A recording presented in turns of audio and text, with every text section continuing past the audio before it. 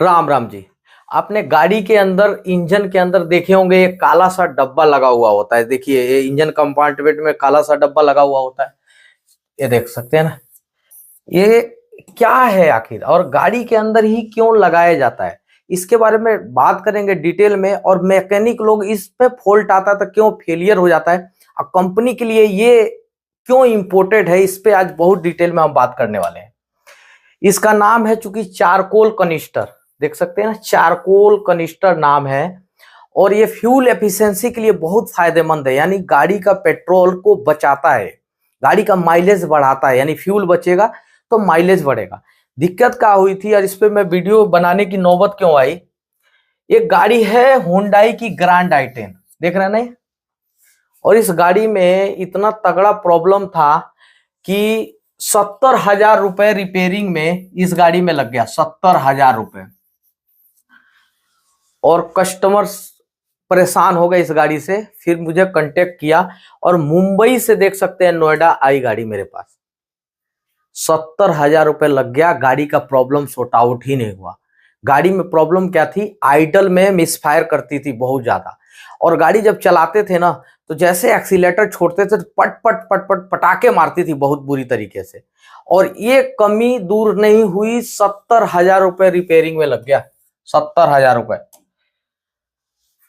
Customer ने मेरे को बताया कि 70,000 कैसे कैसे लगा। पहले किसी वैसे मैकेनिक के पास लेके गए थे, उन्होंने spark plug, ignition coil, plug wire बदल दिए, मात्र 5,000 रुपए इसमें तीनों में खर्चा हुआ, तभी भी गाड़ी सही नहीं हुई। तो उनको लगा कि ये जिस मिस्त्री से चेक कराए हैं उन्होंने फॉल्ट नहीं पकड़ पाया, तो वो दूसरे मैकेनिक के पास में लेके गए और उसने हेड ओवरऑल कर दिया, हेड को 20,000, 20,000 रुपए में हेड ओवरऑल कर दिया, और तभी भी प्रॉब्लम सॉर्ट आउट नहीं हुआ।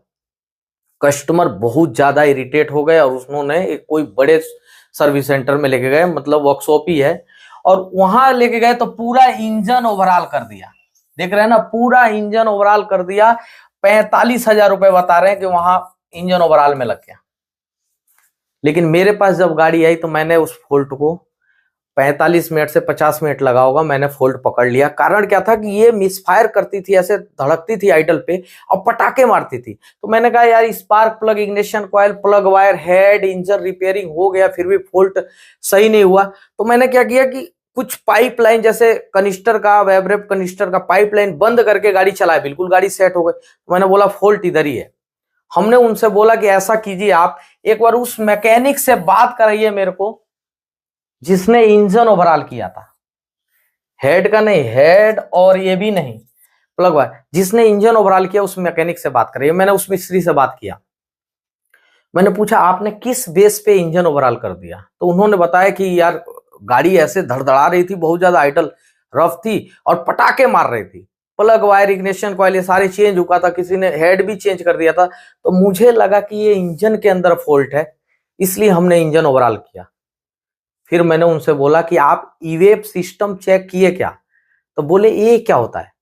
जब वो बोले ये क्या होता है तो मैं बहुत ज्यादा शौक रह गया कि ऐसा कैसे हो सकता है यार कि ईवेप सिस्टम के बारे में ना पता हो।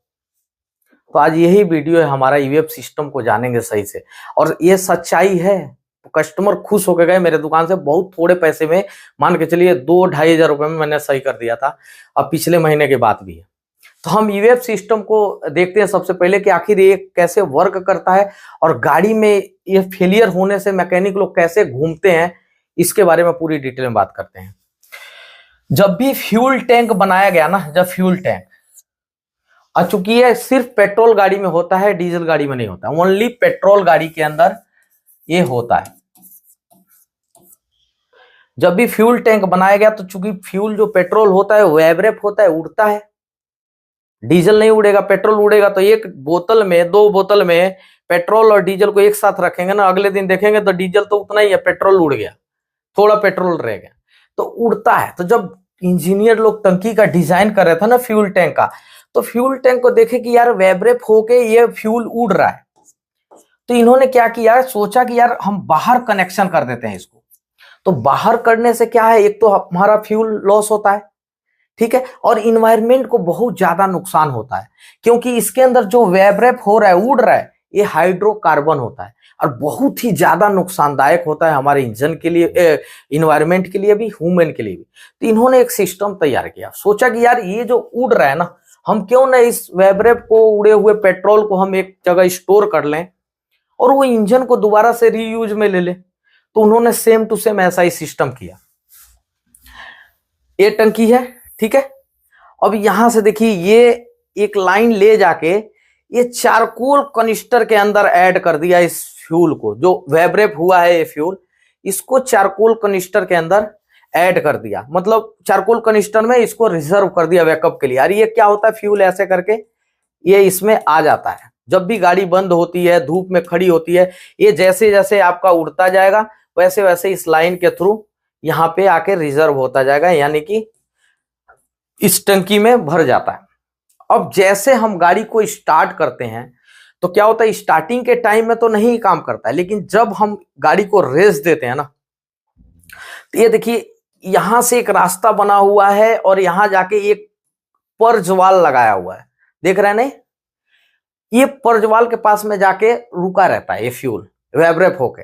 अब जैसे हम एक्सलेट करके गाड़ी ओवरटेक करते हैं तो ये ईसीयू देख रहे हैं ना, ये ईसीयू इस पर्जवाल को खोल देता है, इसको देख रहे हैं ना, ये ईसीयू क्या करता है, पर्जवाल को खोल देता है और पर्जवाल से फिर इनटेक मैनिफोल्ड यानी थ्रोटल बॉडी है, इस थ्रोटल बॉडी के अंदर चला जाता है, ठीक है। तो ये थ्रोटल बॉडी के थ्रू क्या होता है, इंजन के अंदर इनटेक कर जाता है, जिससे हमारा फ्यूल भी नहीं खराब होता और इंजन को फायदा हो जाता है, क्योंकि बूस्ट मिलने में, पावर मिल जाता है बढ़िया से, क्योंकि ये तो एक तरह से फ्यूल ही है। अब यहां पे ये मैकेनिज्म बनाया गया है। अब दिक्कत कहां होती है, उस गाड़ी में प्रॉब्लम कहां से आई, ये जो पर्जवाल देख रहे हैं ना, ये पर्जवाल फेल हो गया, यानी डायरेक्ट हो गया। अब क्या है कि गाड़ी आइडल में भी है तो भी जो वेबरेप यहां से उड़ रहा है हाइड्रोकार्बन, वो डायरेक्ट इसमें जा रहा है और यहां से इसमें जा रहा है और यहां से डायरेक्ट ओपन है तो इंजन के अंदर चला जा रहा है, ठीक है। तो आइडल में भी रफ आइडलिंग हो गई, मैप सेंसर की रीडिंग हाई लो फ्लक्चुएट करने लगा तो रफ आइडलिंग हो गई। और इसकी वजह से ही जैसे हम गाड़ी को एक्सीलरेट करके भगाते हैं ना, जब हम एक्सीलेटर को छोड़ते हैं तो फ्यूल कट ऑफ हो जाता है। जब एक्सीलेटर करके छोड़ते हैं, जैसे गाड़ी भगा ली और जैसे छोड़ा तो फ्यूल कट ऑफ हो जाएगा, और जब फ्यूल कट ऑफ हो जाएगा उस टाइम में फ्यूल नहीं जाना चाहिए इंजन के अंदर, लेकिन चूंकि ये वाल्व डायरेक्ट हो गया, फ्यूल डायरेक्ट उस टाइम भी जा रहा है जब हमें फ्यूल की आवश्यकता नहीं है, तो वो क्या हुआ, इनटेक मैनिफोल्ड में फ्यूल गया। अब चूंकि इनटेक मैनिफोल्ड में वो जला नहीं तो क्या हुआ, वो सीधा कैटालिटिक कन्वर्टर के पास में आ जाएगा। कैटालिटिक कन्वर्टर में आके वो जलेगा तो पटाखे मारेगा, पट पट पट पट पट पट। तो ये सिनेरियो हो रहा था उस गाड़ी के साथ में। और मैकेनिक भाई ऐसा नहीं है, कोई भी अनजाने में जाने में गलती नहीं करता है, अनजाने में हो जाती है, जब नॉलेज नहीं रहता तो एक कमी आ जाती है। तो यहां पटाखे मार रही थी और हम मैकेनिक भाई ये सोच रहे थे कि यार हेड के अंदर दिक्कत है, इंजन के अंदर दिक्कत है, इग्निशन कॉइल खराब है, प्लग वायर खराब है। हमको भी 40-45 मिनट 50 मिनट जो भी लगा, हमको इसलिए जल्दी कर पाए ताकि हमको भी पता है कि plug wire, ignition coil, head, engine हो चुका है, तो हमने उस चीज को ध्यान नहीं दिया। जितने भी पाइपलाइन है हमने एक बार बंद कर करके चेक किया, इसलिए हमको भी फॉल्ट मिल गया। तो ये इस तरीके से वो गाड़ी के अंदर पटाखे मारती थी। और जो भी फ्यूल यहां से उड़ रहा है ना, इसमें जाके रिजर्व हो रहा है। ये चारकोल कनिस्टर है, यहाँ चारकोल लगा हुआ होता है, आगे मैं बात करूंगा अभी। जब भी एक्सेलरेट करते हैं ना, तो ये चूंकि इंटेक, ये थ्रोटल बॉडी खींचेगा हवा को, क्या होगा, यहां से खींचेगा। अब चूंकि ये जाके जमा कहां हो रहा है, कनिस्टर में हो रहा है, तो यहां देख सकते हैं एक वेंट लगा हुआ है, एयर वेंट। यहां से फिर हवा जाएगा, जो हवा जाएगा तो जो ऑलरेडी इसके अंदर हाइड्रोकार्बन या फ्यूल वेबरेप आया हुआ है वही पहले खींचेगा इंजन। इस तरीके से इंजन को, ये इंजन फ्यूल को काम में लेता है, जिससे हमारा फ्यूल भी बर्बाद नहीं होता है और गाड़ी भी सही चलती है, माइलेज भी बहुत टॉप का देता है। इसके खराब हो जाने से दिक्कत क्या क्या आती है, तो इसके खराब हो जाने से सबसे पहले चेक इंजन लाइट आएगी और दूसरा गाड़ी के अंदर स्मेल आएगी, देख सकते हैं ना, स्मेल, बदबू आएगी। कहते हैं ना पेट्रोल की बदबू आ रही है गाड़ी के अंदर, इसी का फॉल्ट होता है। समझते हैं पूरी डिटेल में कि चेक इंजन लाइट आता है तो हमें क्या करना चाहिए। चेक इंजन लाइट, चूंकि पूरा जितना भी इंजन के अंदर कंपोनेंट्स है, कोई भी डैमेज होगा, खराब होगा तो चेक इंजन लाइट जलेगा। मतलब कि कोई भी सिस्टम एक काम नहीं कर रहा है जिसकी वजह से चेक इंजन लाइट जल रहा है। लेकिन खासकर ये ईवेप सिस्टम में कमी आएगी तो भी चेक इंजन लाइट जलता है। उसको हमको कैसे चेक करना है इस चेक इंजन लाइट को? ये फ्यूल टैंक के पास में एक कैप होता है, ये कैप लीकेज तो नहीं है, जो जहां से फ्यूल को भरते हैं वो कैप लीकेज होगा तभी भी यहाँ पे इकट्ठा नहीं होगा एक कनिस्टर के पास में वेब रेप, जिसकी वजह से चेक इंजन लाइट जल जाएगा। तो एक तो फ्यूल कैप को चेक करना है कि ये ढीला विला या खराब तो नहीं है। ज्यादातर करके चेक इंजन लाइट जलता है वो है पर्जवाल, ये देख सकते हैं पर्जवाल, टंकी के पास से कनिस्टर यहां दिया हुआ है, पर्जवाल यहां दिया हुआ है, ये ईसीयू इस पर्जवाल को कंट्रोल करता है। और पर्जवाल के दो तार होते हैं, ये दोनों तार में से कोई एक तार भी कट हो गया ना तो ये चेक इंजन लाइट जल जाएगा। अब P0443 शायद इसके फॉल्ट कोड भी आते हैं, लमसम यही होता है समथिंग, तो ये फॉल्ट कोड आ जाएगा और चेक इंजन लाइट जल जाएगा, यानी ईवीएफ सिस्टम काम नहीं कर रहा है, इसका पर्जवाल फेलियर है। तो इस तरीके से चेक इंजन लाइट आ रहा था, हम पूरी इस पाइपलाइन को चेक कर सकते हैं कि कहीं से गड़बड़ी तो नहीं है। कहीं से भी गड़बड़ी रहेगा तो एक तो सबसे पहले माइलेज बेकार होगा और चेक इंजन लाइट जल जाएगा। दूसरी चीज बात करेंगे, गाड़ी के अंदर बदबू आ रहा है तो हमें क्या चेक करना है? हमें ये चेक करना है कि कहीं से देख सकते हैं ना वेब रेप कनिस्टर, ये कहीं से क्रैक हो जाता है ना तो हम लोग मैकेनिक भाई हम लोग क्या करते हैं, एमसील लगा लगा के इसको जोड़ते हैं। और चूंकि इंजन के पास में लगा रहता है तो जब एमसील लगाते हैं तो चूंकि लीकेज रुकता नहीं है इसका वेब रेप का, तो जब ये लीकेज होता है ना तो ये स्मेल करता है गाड़ी के अंदर, बहुत बुरा बदबू आता है। या फिर देख रहे हैं ना क्लिप लूज है, यहाँ ये चारकोल कनिस्टर है, ये टोटल एक क्लिप लूज है, यहां से लीकेज होगा। तो जैसे एसी ऑन करते हैं ना तो एसी वेंट एसी क्या करता है, बाहर की भी हवा थोड़े अमाउंट में खींचता है, इंजन के अंदर का हवा खींचेगा। तो इस कंडीशन में यदि लीकेज रहेगा फ्यूल का तो आएगा, जाहिर सी बात है, और वो बदबू करेगा बहुत भयंकर। तो हमको बदबू आ रहा पेट्रोल का तो ये चारकोल कनिस्टर को भी चेक करेंगे। और दूसरी चीज की इंजेक्टर फ्यूल की लाइन या कहीं से फ्यूल ही लीक कर रहा है तो उस लीकेज को भी देखेंगे तो ये बदबू भी नहीं आएगा हमारा इस चीज के। बहुत सारे मैकेनिक भाई गाड़ी जब मिसफायर करती है ना या आइडलिंग रफ होती है तो वो लोग क्या करते हैं, चारकोल कनिस्टर के पाइपलाइन को निकाल देते हैं।